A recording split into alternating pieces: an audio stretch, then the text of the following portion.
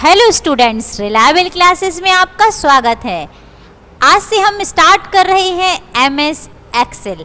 इसके पहले मैंने आपको पूरे 18 वीडियो के माध्यम से एमएस वर्ड पढ़ाया था, जिसमें मैंने पूरा एमएस वर्ड स्टार्टिंग से लास्ट तक कवर किया हुआ है। यदि वह हमारा आप एमएस वर्ड का पूरा वीडियो देख लेंगे तो आपसे एमएस वर्ड बहुत अच्छे से आने लगेगा। और अब हम आपको ले चलते हैं हमारे एक्सेल की विंडो पर, जहां मैं आपको पूरा एक्सेल सिखाऊंगी। स्टूडेंट्स, मैं आपको बता दूं कि एक्सेल एक बहुत ही इम्पोर्टेंट एप्लीकेशन है, जो आपको यह सिखाता है कि यदि आप कहीं भी किसी भी चीज़ में फंस जाएं और आपसे वह काम ना बने, तो आप एक्सेल की मदद से वो काम आसानी से कर सकते हैं। एक बात मैं और बता दूं कि आज का जो युग है वो डिजिटल का युग है, और यदि आपको कंप्यूटर में वर्ड और एक्सेल नहीं आता है तो आपको कोई भी नौकरी आसानी से नहीं दे सकता। यदि आपसे एक्सेल का एक एक टूल बनता है और यदि आपको एक्सेल पर कमांड है तो आपको आसानी से कहीं भी 6 से 8 हज़ार की जॉब मिल सकती है। सो स्टूडेंट्स, आज से हम अपनी एक्सेल की क्लास स्टार्ट कर रहे हैं। मैं आपको पूरा एक्सेल पढ़ाऊंगी। सो सबसे पहले हम इस एक्सेल की क्लास स्टार्ट करने के पहले जान लेते हैं कि आखिर एक्सेल कहाँ कहाँ उपयोग किया जाता है। एमएस एक्सेल में ऐसी कौन सी खूबियाँ हैं जिससे ये दूसरे एप्लीकेशन से डिफरेंट है। ओके, सो सबसे पहले मैं आप लोगों को बता दूं कि एक्सेल में सबसे अच्छी बात तो ये है कि यदि हम इसमें डेटा का विश्लेषण करना चाहते हैं, एक्सेल हमारे लिए रो और कॉलम में उस डेटा को दर्ज करने की अनुमति देता है। रो कॉलम समझते हैं आप? हम आड़ी लाइनों को रो और खड़ी लाइनों को कॉलम कहते हैं, जो कि आपके सामने दिखाई दे रही होंगी।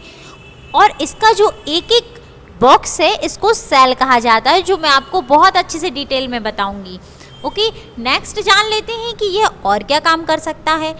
सो एक्सेल ना केवल मालिकों की कंपनियों को उनकी व्यवसाय की रिपोर्ट करने में मदद करता है, बल्कि यह कर्मचारियों को अपनी दैनिक प्रगति रिपोर्ट को ट्रैक करने में भी मदद करता है। यह भी शिक्षकों को चार्ट, यदि शिक्षक अपनी मार्कशीट बनाना चाहते हैं स्टूडेंट्स की और चार्ट बनाना चाहते हैं, शैलियाँ, आकृतियाँ, फॉर्मूले का उपयोग करना चाहते हैं, या फिर फॉर्मूलों का उपयोग करके अपने छात्र को सिखाना चाहते हैं, तो भी वो एक्सेल की मदद ले सकते हैं। तो इस प्रकार से स्टूडेंट्स को और टीचर्स को ये हमारी एक्सेल बहुत इम्पोर्टेंट है। यदि और चीज़ हम जानें कि यदि छात्र अपने अध्ययन की तुलना में अपने काम की रिपोर्टिंग में उत्कृष्टता साबित करना चाहते हैं, तो एक्सेल की मदद से वो उत्कृष्ट तरीके से अपनी रिपोर्ट तैयार कर सकते हैं। शीट तैयार कर रहे हैं और उसमें हमारा डेटा बार बार डुप्लीकेट हो रहा है, हम एक चीज़ को बार बार लिख रहे हैं, तब भी हमारे एक्सेल में कई ऐसे टूल्स हैं जो हमारी डुप्लीकेसी को ख़त्म करते हैं, जिससे हमें आसानी से पता चल जाता है कि हमारा डेटा कहाँ कहाँ रिपीट हो रहा है। बशर्ते आपको एक्सेल बहुत अच्छे से आना चाहिए। सो आज से हम स्टार्ट करते हैं एक्सेल विंडो कंपोनेंट, यानी कि हमें जो एक्सेल की शीट दिखाई देती है उसमें आखिर ऐसी कौन कौन सी चीज़ें होती हैं और कौन कौन से टूल बॉक्स होते हैं जिनका यूज़ हम करते हैं। सो चलिए स्टार्ट करते हैं हम MS Excel. Okay, MS Excel में सबसे पहले आपको बता दूं कि सबसे ऊपर, जैसा कि मैंने माइक्रोसॉफ्ट वर्ड पढ़ाया था उसमें बताया था कि सबसे ऊपर एमएस एक्सेल का जो टाइटल बार होता है इस विंडो का सबसे ऊपर होता है, जहां पर हम जो भी अपनी रिपोर्ट सेव करते हैं उसका टाइटल यहां पर लिखा होता है। ओके, अब यदि हम इसके दाएं हाथ साइड चलें तो इसमें यहाँ पर ये क्लोज बटन, मैक्सिमाइज और मिनिमाइज बटन है। ओके, नेक्स्ट हमारा क्या है, quick access toolbar. Quick access toolbar कहाँ पर है? ये है यहाँ पर। क्विक एक्सेस टूल बार हमें ये बताता है कि यदि हम अपनी कोई भी एक्शन को तुरंत करना चाहते हैं तो हम क्विक एक्सेस टूल बार की मदद से कर सकते हैं। जैसे यदि हम सेव करना चाहते हैं, स्टूडेंट्स मैं आप लोगों को बता दूं कि क्विक एक्सेस टूल बार में सिर्फ ये 3 बटन ही काम नहीं करते, आप इसमें बहुत सारे टूल्स डाल सकते हैं। ये देखिए मैंने न्यू डाल दिया है, न्यू ऑप्शन डाल दिया है, ओपन का ऑप्शन डाल दिया है, ईमेल का ऑप्शन डाल दिया। तो क्विक एक्सेस टूल बार से आप क्विकली बहुत जल्दी से कोई भी काम कर सकते हैं। ओके, नेक्स्ट हम देखते हैं हमारा जो थर्ड है वो है ऑफिस बटन। तो ये है हमारा ऑफिस बटन। ऑफिस बटन में हमें new, open, save, save as, print, prepare, send, publish और क्लोज जैसे ऑप्शन दिखाई देते हैं जहां पर हम अपने ऑपरेशन को परफॉर्म करते हैं। नेक्स्ट हम देख लेते हैं मेन्यू बार। मेन्यू बार कौन सा कहलाता है? ये आप लोगों को एक डार्क ब्लू कलर की पट्टी दिखाई दे रही होगी, डार्क स्काई ब्लू कलर की, जिस पर हमें नेवी ब्लू कलर के कमांड्स लिखे हुए। तो ये हमारे मेन्यू कहलाते हैं और ये पट्टी हमारी मेन्यू बार कहलाती है। नेक्स्ट हम देख लेते हैं रिबन। रिबन जो हमारा है, ये जो आपको पट्टी दिखाई दे रही है बड़ी, और ये कई भागों में सेपरेट है, तो इसको रिबन कहा जाता है। नेक्स्ट है standard tool bar. Standard tool bar वो टूल बार्स होते हैं जिनकी मदद से, जो लिखे नहीं होते, जिन्हें सिर्फ चित्र के माध्यम से समझाया जाता है। जैसे कि यदि कट करना है तो कैंची बनी हुई है, कॉपी करना है तो 2 पेज बने हुए हैं, और यदि फॉर्मेट पेंटर है तो उसके ऊपर ब्रश बना हुआ है। इस तरीके से यदि चित्र के माध्यम से समझाया जाता है तो वह स्टैंडर्ड टूल बार है। नेक्स्ट हम देख लेते हैं फॉर्मेट बार।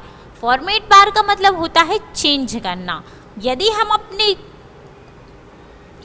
अपने टेक्स्ट को चेंज करना चाहते हैं, फॉर्मेट करना चाहते हैं, बोल्ड, इटैलिक, अंडरलाइन या कलर या हाईलाइट करना चाहते हैं, तो हम इन फॉर्मेट बार का यूज़ करते हैं। नेक्स्ट है नेम बॉक्स, जो इसमें बहुत इंपॉर्टेंट रहता है।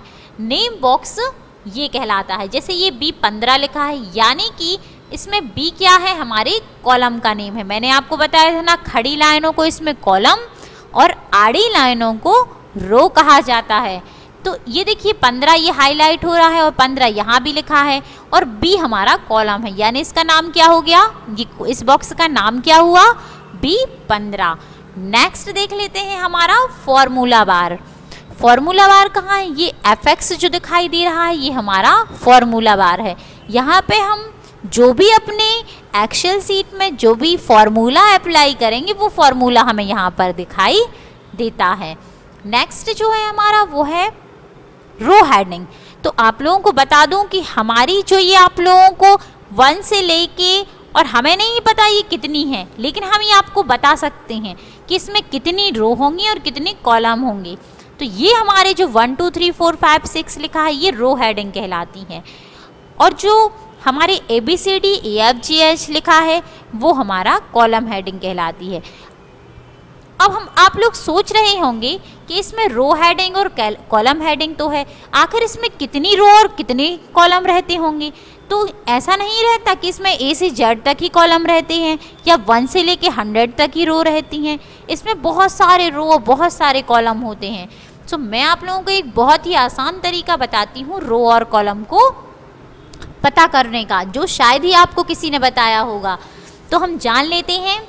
आप लोग क्या करिए कि हमारे कर्सर जो मूव होता है हमारा स्क्रीन पर, उसको आपकी जो फर्स्ट रो है A के बाजू वाला, यहाँ पे आप लोगों को एक त्रिभुज का साइन दिखाई देगा, इस पर अपने कर्सर को डबल क्लिक कीजिए। जैसे ही आप डबल क्लिक करेंगे तो ये देखिए आपको ऊपर क्या दिखाई दे रहा है? कुछ नंबर्स दिखाई दे रहे हैं। तो उसके आगे लिखा है R और गुणा का साइन लगा हुआ है, उसके बाद कुछ नंबर है और C, यानी कि ये हमारे रो और कॉलम की संख्या है। यानी 10,48,576 रो और 16,384 इसमें कॉलम है। देखा स्टूडेंट्स आपने कितनी आसानी से मैंने रो और कॉलम आपको गिनकर बता दिए। तो इस आसान तरीके से हम अपने एक्सेल सीट में ये बता सकते हैं कि कितने रो और कितने कॉलम हैं। नेक्स्ट हम देख लेते हैं सेल। अब जो रो और कॉलम का जो कटान बिंदु होता है, जो मिश्रण होता है, उसको सेल कहा जाता है। किसी भी बॉक्स को आप सेल बोल सकते हैं। नेक्स्ट है वर्कशीट विंडो, जिस पर हम काम करते हैं वो वर्कशीट विंडो कहलाती है। नेक्स्ट देख लेते हैं हम शीट नेविगेशन बटन। तो आप लोगों को दिख रहा होगा कि हमारी जो एक्सेल शीट की विंडो है, इसमें डिफ़ॉल्ट में यानी पहले से हमेशा 3 शीट अवेलेबल रहती हैं, यानी कि आप 3 शीट इसमें बना सकते हैं। और मैं आप लोगों को बता सकती हूँ कि एक शीट में कितना सारा डेटा बन सकता है, कितने सारे रो और कॉलम होते हैं। और यदि हम कोई नई शीट इसमें ऐड करना चाहते हैं तो हम इस इंसर्ट बटन से ऐड कर सकते हैं। ओके स्टूडेंट्स, नेक्स्ट है शीट टैब। ये हमारा शीट टैब हो गया और ये हमारा नेविगेशन इसका बटन हो गया। नेविगेट का मतलब होता है कि यदि हम सेकंड शीट पर काम कर रहे हैं तो हम फर्स्ट शीट पर आसानी से जा सकते हैं। ये है शीट नेविगेशन बटन और ये हमारे हुए शीट टैब्स। नेक्स्ट है स्क्रॉल बार। स्क्रॉल बार आप लोगों को ये दिखाई दे रहा होगा कि हमारा जो स्क्रॉल बार है, ये देखिए, जिससे हम ऊपर नीचे अपनी विंडो को कर सकते हैं, तो ये हमारा स्क्रॉल बार कहलाता है। ये हमारा वर्टिकल स्क्रॉल बार है और ये हमारा हॉरिजॉन्टल स्क्रॉल बार है, जिससे हम आगे पीछे ऊपर नीचे अपनी विंडो को कर सकते हैं। नेक्स्ट हम देख लेते हैं, तो यहाँ पर ये जूम व्यू है। यदि हम अपनी जो विंडो है उसको जूम करना चाहते हैं तो हम इस तरीके से जूम कर सकते हैं। ओके, यदि हम इसकी व्यू देखना चाहते हैं, ये नॉर्मल व्यू में दिखाई दे रहा है हमें भी डिफ़ॉल्ट में।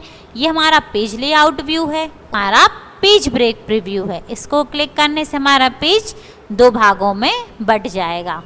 ओके स्टूडेंट्स, सो आज हमने सीखा कि हमारा जो एक्सेल के कंपोनेंट हैं वो कौन कौन से होते हैं, हमारी विंडो में कौन कौन से कंपोनेंट होते हैं। सो यदि हमारा यह वीडियो आपको पसंद आया हो सो प्लीज़ हमारे इस वीडियो को लाइक कीजिए, शेयर कीजिए और चैनल को सब्सक्राइब कीजिए। आगे आने वाली वीडियो में मैं आपको एक्सेल के सारे मेन्यू पढ़ाऊंगी। Thank you students.